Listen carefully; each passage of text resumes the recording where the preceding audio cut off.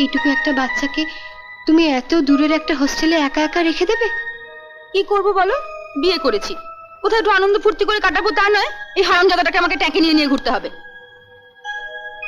তাই বলে তুমি ভাবতে পারবে না দিদি, ও এমন একটা জায়গায় আমাকে মা বলে ডেকে ওঠে না যে লজ্জায় আমার মাথা কাটা যায়।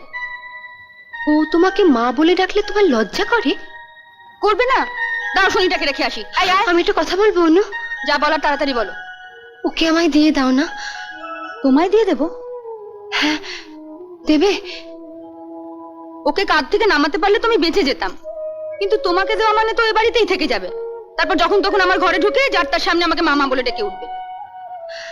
আমি যদি ওকে তোমার ঘরে যেতে না দিই? পারবে আটকে রাখতে? হ্যাঁ পারবো। ও আর কোনোদিন তোমাকে লোকের সামনে মা ডেকে অপদস্থ করবে না। দাঁড়াও, তোমার ঠাকুরপোকে একবার বলে দেখি।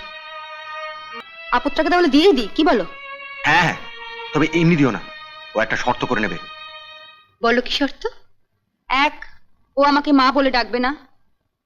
2, আমার ঘরে ও একদম ঢুকবে না। 3, ওর অসুখ বিসুখ করলে সব দায়িত্ব তোমাদের, আমাকে একদম ডাকবে না। ওর পিছনে একটা টাকাও আমরা খরচ করতে পারবো না। ঠিক আছে, তোমরা নিশ্চিন্তে হনিমুন সেরে এসো।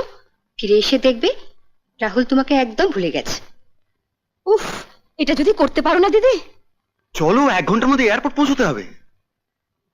আসি দিদি।